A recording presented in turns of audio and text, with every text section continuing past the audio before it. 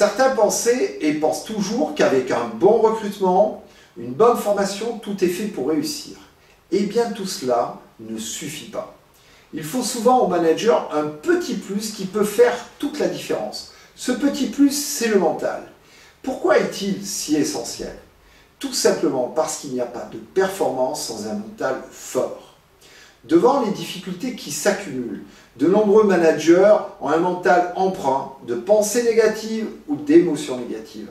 Sentiment par exemple que la stratégie apportée n'est pas la bonne, que les projets ne vont pas aboutir, qu'avant c'était mieux, sentiment de ne pas être à la hauteur, honte à faire ou honte à défaire ce qui a été fait. Est-ce acceptable? Non, car la compétition fait rage et qu'il faut être présent à chaque instant. Nos formations destinées aux managers combinent travail en salle et pratique sportive avec par exemple le recours à des ateliers de boxe.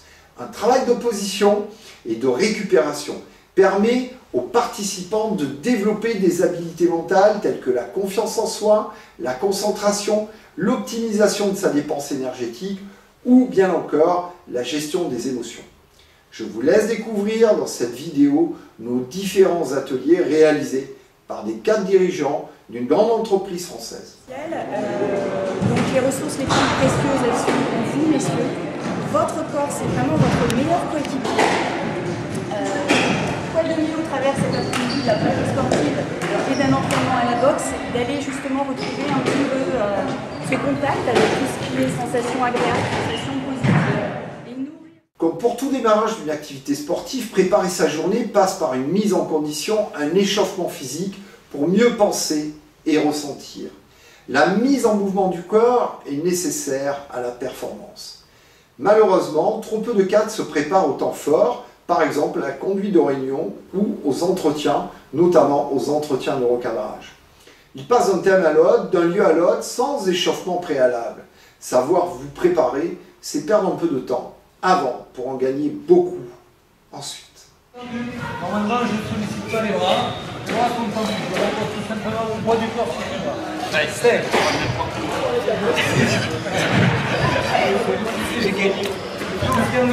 il n'a pas le droit, d'accord. Le technique, c'est de soit laver les mains, soit de le reposer.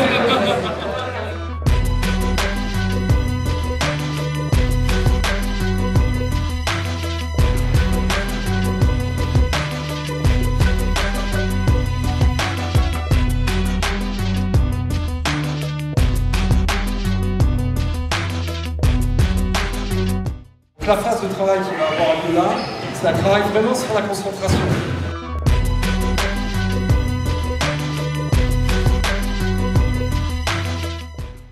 Combien de managers s'en veulent après une réunion ou un entretien de ne pas avoir pensé à tel fait ou à tel argument qui aurait pu être déterminant? La cause, le défaut de concentration. En boxe, vous manquez de concentration et vous prenez un coup. Il en va de même au bureau. Savoir vous concentrer, c'est savoir vous prévenir des mauvais coups. Aucune incertitude. Pour celui qui veut travailler en mobilité, c'est ça, les deux. Si on va se déplacer, lui, il prend le long du corps. Comme ceci, prend le long du corps. Et là, je m'arrête, je marque le temps d'arrêt. Non pas. Toujours le menton, c'est parti. On vise le menton. Visez-moi le menton. Moins vite. L'attaquant est en garde, le défenseur il est les bras le long du corps. Voilà, c'est ça. On vise le menton, on ne doit pas le toucher. Là on ne le touche pas. Donc là c'est ça. Voilà. Là vous faites ça. Là vous le touchez. Le défenseur, on détermine bien les rôles. Donc là l'objectif, s'il me lâche direct, il va me toucher. Donc l'objectif c'est quand même aussi la maîtrise. Hein, c'est pas de me lâcher un coup pour me faire mal.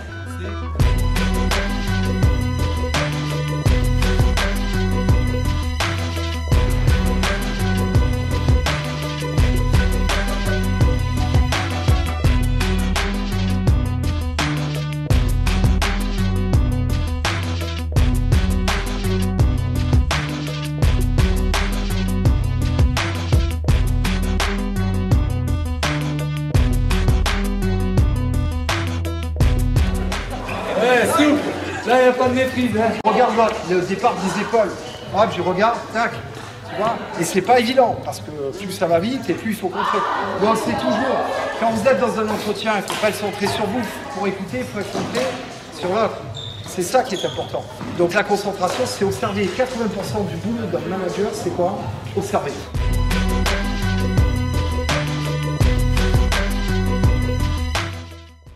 L'absence de pratique sportive, une alimentation déséquilibrée, des troubles du sommeil représentent des facteurs de risque pour la santé d'un manager et peuvent avoir des conséquences directes sur son travail. S'il est sans énergie, il sera en difficulté.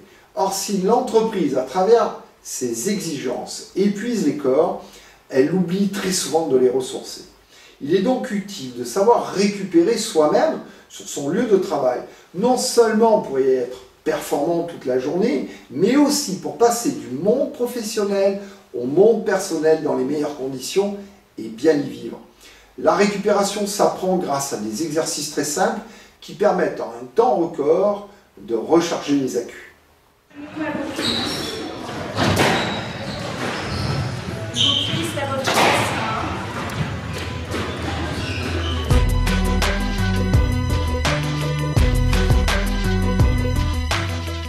La pratique de la boxe ne nous empêche pas d'avoir peur, elle nous apprend à vivre avec. Donner un coup ou le recevoir, c'est faire montre de courage pour affronter l'adversité. Un adversaire qui est plus souvent nous que l'autre. Être manager, c'est être capable de dire ce qui doit être dit au risque d'être impopulaire. Être manager, c'est aussi être capable d'entendre ce qui ne va pas au risque d'être impopulaire aux yeux de son ego. La boxe est le sport par excellence qui développe du courage pour vous apprendre à gérer vos émotions, que celles-ci soient la peur, la déception ou la colère.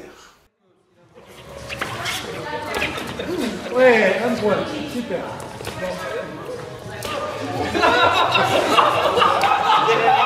Aller au bout, ne rien lâcher, gérer son énergie pour rester lucide sont les qualités essentielles d'un champion. Elles sont aussi essentielles à un manager pour porter la stratégie d'entreprise avec tout son cœur et son corps. Elles sont encore plus vitales pour transmettre force et courage aux équipes et les conduire à relever les défis de demain. Savoir faire le transfert au travail des qualités apprises à travers une pratique sportive vous permettra de bien relever les défis de demain. Quand vous disais accélérer, on reste sur place, il ne va pas remonter. Moi je fais 1, 2, 3, 4.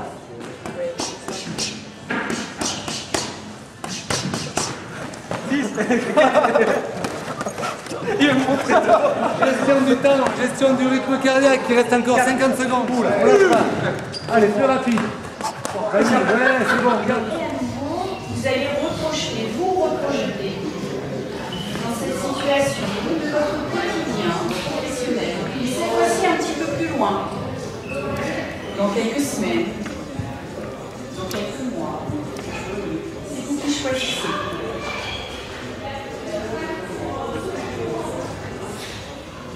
Mais surtout, à nouveau, laissez-vous vivre la perspective de ce moment quotidien de la manière la plus positive. Là, vous sentez bien dans le... J'ai lâché. Alors, vous voyez quand même que le corps est utile et nécessaire et qu'il faut savoir l'entretenir parce que c'est quand même notre meilleur outil. Pour autant, il y a des choses que vous pouvez faire sur place. Le fait de respirer, le fait de récupérer, de faire le travail qu'on va faire tout à l'heure, juste pour terminer. On va reprendre le dernier travail de sophrologie. Quand vous le faites juste avant d'entrer à la maison, ça vous libère aussi. Parce que très souvent, on rentre à la maison avec des problèmes du boulot. Vous passez par la salle, mais on n'a pas très souvent le temps. Par contre, on peut très bien respirer dans sa voiture, on peut très bien se focaliser et finir. Pour moi, une découverte d'un sport que j'avais jamais pratiqué. Je me suis rendu compte qu'il fallait à la fois du physique, être toujours en mouvement et surtout être très observateur, un petit peu comme dans la vie professionnelle. Voilà, donc ça m'a permis d'évacuer un petit peu le stress et puis forcément c'est quelque chose de très sympathique. Alors j'ai décidé de suivre et de continuer ce mode de relaxation. Donc, je vais me forcer à prendre le temps, un petit peu de temps pour moi. C'est tout à fait en adéquation avec nos préoccupations du moment, à savoir prendre du recul, de la détente, de la respiration, de l'esquive et en tout état de cause avoir les yeux bien ouverts. Ce fut un moment agréable de participation, en plus d'échanges avec nos collègues. Pour ces séminaires, pas besoin d'être sportif.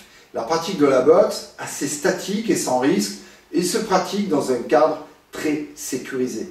Pour toute demande d'information, vous pouvez m'adresser vos questions à l'adresse suivante.